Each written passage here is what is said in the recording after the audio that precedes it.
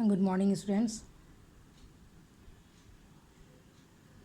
आज भारतीय दर्शन में जैन दर्शन के द्रव्य को हम लोग देखते हैं कि द्रव्य किसे कहा गया है और द्रव्य के अंतर्गत जो बातें आती हैं या जो दो प्रकार से उन्हें बांटा गया है, अस्थिकाय और अनस्थिकाय द्रव्य के रूप में, उन सबों को ज़रा सा हम लोग उस पर एक नज़र डालें। तो जैन दर्शन में जो द्रव्य है उसको जानने से पहले इसके पहले जो चैप्टर एक आया था स्यादवाद, यानी स्यादवाद का जो विवेचन हम लोगों ने देखा, तो स्यादवाद के विवेचन से यह स्पष्ट हो जाता है कि वस्तुओं के अनेक गुण होते हैं, जिनमें से कुछ अस्थाई या परमानेंट होते हैं तथा कुछ अस्थाई या टेम्पोररी होते हैं। और अस्थाई गुण क्या होते हैं? अस्थाई गुण वे हैं जो वस्तुओं में निरंतर विद्यमान रहते हैं, और अस्थाई गुण क्या है? जो निरंतर परिवर्तनशील होते हैं। ठीक है, तो ये जो दो प्रकार के गुण होते हैं, अस्थाई और अस्थाई गुण जो होते हैं, तो इन गुणों को का जो आधार होता है, क्योंकि किसी भी जो गुण, कोई भी तरह का जो गुण होता है उसका कोई ना कोई आधार होता है जिस पर वो टिका होता है। तो इन गुणों का जो आधार होता है उसी आधार को द्रव्य कहा जाता है। ठीक है, ये गुणों का आधार जो है, जो होता है, उसे ही हम द्रव्य कहते हैं। अब जैन दर्शन में द्रव्य का विभाजन दो प्रकार से किया गया है, एक अस्थिकाय द्रव्य और दूसरा अनस्थिकाय द्रव्य के रूप में किया गया है। तो अब पहले देखें कि अस्थिकाय द्रव्य क्या होते हैं। तो अस्थिकाय द्रव्य जो है उसके अंतर्गत दो तरह की चीज़ आते हैं, ये जीव और अजीव। एक्सटेंडेड अस्थिकाय द्रव्य को एक्सटेंडेड कहा जाता है और अनस्थिकाय को नॉन एक्सटेंडेड कहा जाता है। और अनस्थिकाय द्रव्य के अंतर्गत नॉन एक्सटेंडेड ये जो हुआ, ये नॉन एक्सटेंडेड, इसको लिख सकते हैं, यानी जिसका विस्तार नहीं होता है, इसे अनस्थिकाय द्रव्य कहा जाता है। तो अनस्थिकाय द्रव्य में काल ही एक ऐसा चीज़ है जो जिसका विस्तार नहीं होता है, बल्कि और काल के अतिरिक्त सभी द्रव्यों को अस्थिकाय द्रव्य के अंतर्गत, ये एक्सटेंडेड द्रव्य के अंतर्गत रखा जाता है, एक्सटेंडेड। ठीक है, क्योंकि ये जो है वे ये जो है अस्थिकाय द्रव्य क्या होते हैं, वे स्थान को घेरते हैं, और जबकि अनस्थिकाय जो है वो स्थान नहीं घेरते हैं, क्योंकि इसमें कोई भी विस्तार नहीं होता है। हो गया। अब अस्थिकाय द्रव्य का विभाजन दो प्रकार से किया गया, एक जीव और दूसरा अजीव। जैनों के अनुसार हम लोग जीव को अलग तरह से, अलग एक विशेष डिटेल में हम लोग उसको देखेंगे। आज हम लोग देखेंगे अजीव के अंतर्गत कौन कौन से क्या होता है। तो यहाँ अजीव तत्व जो होते हैं वो नॉन लिविंग चीज़ जो होता है, जीव हो गया लिविंग और ये अजीव हो गया नॉन लिविंग। तो अजीव के अंतर्गत अजीव जो कहा जाता है, अजीव यानी जीव के आगे अ लग गया है, यानी नॉन लिविंग। तो ये चार प्रकार के होते हैं, जिसमें धर्म, अधर्म, पुद्गल और आकाश, ये चार प्रकार के जीव इसमें आते हैं। तो और जिसको हमने ये खांचे के द्वारा, इसके द्वारा दिखाया ताकि आपको समझने में आसान हो। तो इसमें अजीव के अंतर्गत यानी नॉन लिविंग के अंतर्गत जो ये चार तरह की चीज़ जो आए, धर्म, अधर्म, पुद्गल और आकाश, तो हम एक एक करके इसे देखें कि धर्म बेसिकली क्या है, धर्म किसे कहते हैं। साधारणतः धर्म और अधर्म जो होता है वो पाप और पुण्य से उसका अर्थ होता है। इस जैन दर्शन में धर्म को पुण्य माना गया के अर्थ में लिया गया है और अधर्म को पाप के अर्थ में लिया गया है, लेकिन लिया जाता है। लेकिन जैनों ने धर्म और अधर्म का कुछ विशेष अर्थ में भी थोड़ा प्रयोग किया है।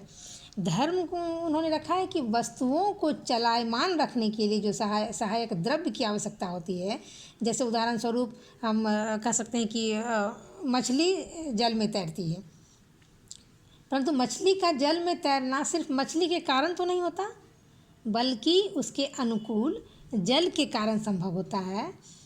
और ये क्योंकि यदि जल नहीं हो तो मछली तैरेगी कैसे? तो यानी वो जो गति प्रदान करने के लिए, तो गति के लिए जिस सहायक वस्तु की आवश्यकता होती है उसे यहाँ धर्म कहा जाता है। ये धर्म क्या हो गया, गति प्रदान करता है, गतिदाता है, ये गति प्रदान करता है,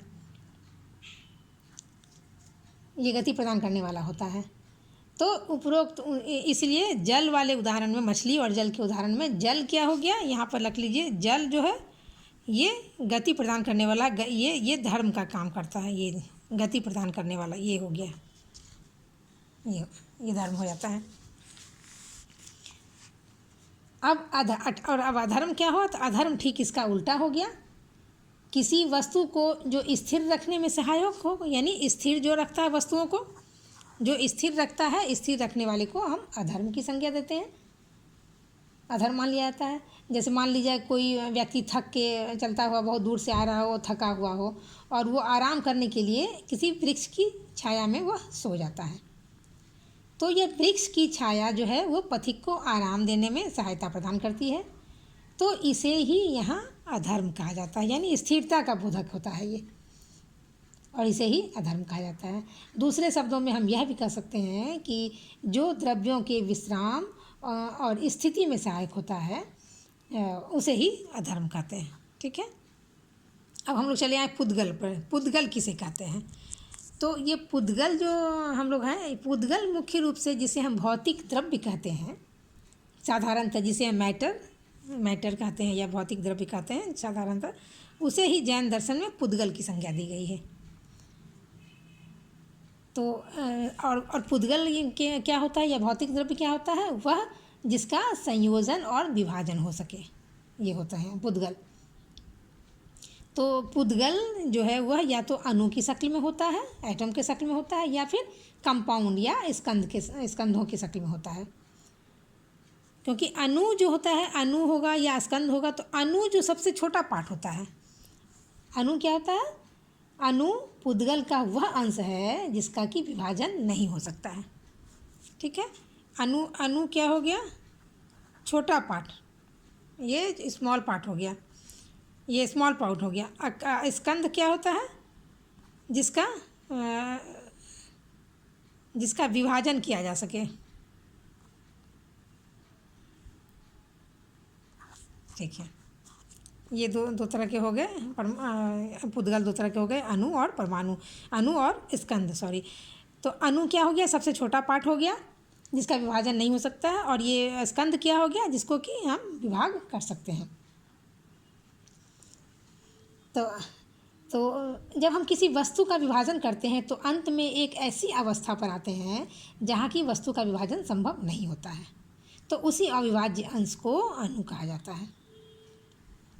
और दो या दो से अधिक वस्तुओं के संयोजन को हम स्कंध कर सकते हैं, क्योंकि स्कंध का विभाजन होता है। ठीक है, तो ये पुद्गल के अंतर्गत कौन कौन से ये आते हैं पदार्थ, ये आते हैं चीज़ें, भौतिक द्रव्य कौन कौन से द्रव्य आते हैं, तो स्पर्श, रस, गंध, रूप आदि ये सब जो हो गए वो सब पुद्गल के अंतर्गत माने जाते हैं, शब्द को वो नहीं मानते हैं। अब हम लोग आकाश पे चले आए कि आकाश किसे कहते हैं। तो आकाश हम देख रहे हैं कि जब हम लोग लिखते हैं कि जो जैन धर्म के अनुसार जो धर्म और अधर्म तथा जीव आदि, जो अभी हम लोगों ने धर्म, अधर्म, पुद्गल आदि जो देखा हम लोगों ने, उसे जो स्थान देता है, आदि द्रव्यों को जो स्थान देता है उसे ही आकाश कहा जाता है। आकाश क्या होता है, वो अदृश्य होता है। आकाश का ज्ञान हमें अनुमान से प्राप्त होता है, इसलिए विस्तार युक्त द्रव्यों के रहने के लिए कोई स्थान चाहिए, तो आकाश ही एक ऐसा चीज़ है जो विस्तार युक्त द्रव्यों को स्थान देता है। तो ये आकाश हमारा आ गया। अब हम चूँकि हम अभी अस्थिकाय द्रव्यों को देख रहे थे, जीव, अजीव, और फिर अजीव के ये 4 प्रकार हो गए। अब अनस्थिकाय द्रव्य जो हम देखे थे, यानी नॉन एक्सटेंडेड, यानी जो जगह नहीं छेकता है, जिसका विस्तार नहीं होता है, जिसमें सिर्फ काल ही आता है। काल ही ऐसा चीज़ है जो जिसमें विस्तार नहीं होता है। तो ये काल भी 2 प्रकार का माना गया, एक पारमार्थिक काल और दूसरा व्यावहारिक काल। तो पारमार्थिक काल क्या होता है, पारमार्थिक काल नित्य और अमूर्त होता है। ठीक है, परंतु व्यवहारिक काल क्या होता है? व्यवहारिक काल जिसे हम इसमें हम जैसे क्षण बोलते हैं, ये इस क्षण या उस क्षण, ये मिनट में, घंटा में, प्रहर, सवेरे दोपहर शाम, ये सब इस तरह की जो बातें करते हैं ये सब व्यवहारिक काल के अंतर्गत आता है। टाइम के अंतर्गत इसमें आता है ये, या टाइम के अंतर्गत आता है। तो दरअसल व्यवहारिक काल जो है इसी काल को हम समय कहते हैं। इसे ही ये सब जो है इसे ही हम क्या कहते हैं? समय कहते हैं, टाइम कहते हैं, इसे ही टाइम। लेकिन पारमार्थिक काल या तो अमूर्त और नित्य होता है।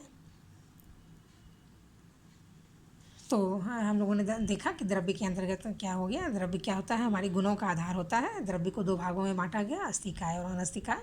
अनस्थिकाय में सिर्फ काल आते हैं क्योंकि काल का विस्तार नहीं होता है, और अस्थिकाय वह होता है जिसका विस्तार होता है। तो इसके अंतर्गत जीव और अजीव आ गए, और जीव को सेपरेटली हम लोग एक बड़ा चैप्टर इसे सेपरेटली हम लोग देखेंगे।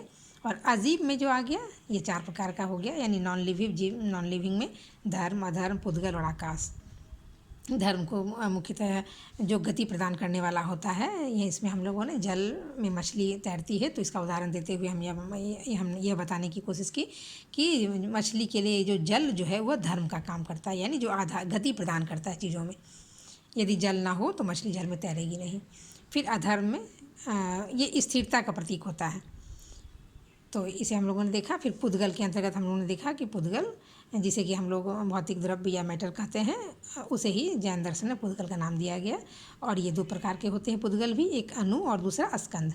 अणु क्या होता है? पुद्गल का सबसे छोटा पार्ट होता है जिसको हम अलग अलग पार्ट फिर उसका फिर कोई पार्ट नहीं हो सकता। और स्कंद क्या होता है? 2 या 2 से अधिक अणु जिसके अंतर्गत हो, यानी जिसका हम विभाजन कर सकें। और फिर आकाश में हम लोगों ने देखा कि आकाश क्या हो गया? जो धर्म, अधर्म और पुद्गल इन तीनों अस्थिकाय द्रव्यों को जो स्थान देता हो, जिसके अंतर्गत ये सब आते हों, स्थान देते हो, तो ये हो गया ये आकाश। और फिर काल को हम लोगों ने देखा 2 प्रकार का हो गया, पारमार्थिक और व्यवहारिक। और दरअसल क्षण, मिनट, घंटा, प्रहर आदि जो हम कहते हैं वो व्यवहारिक काल के अंतर्गत आते हैं। तो ये द्रव्य का हो गया ये वर्णन। आप लोगों ने इसे फॉलो किया होगा। धन्यवाद।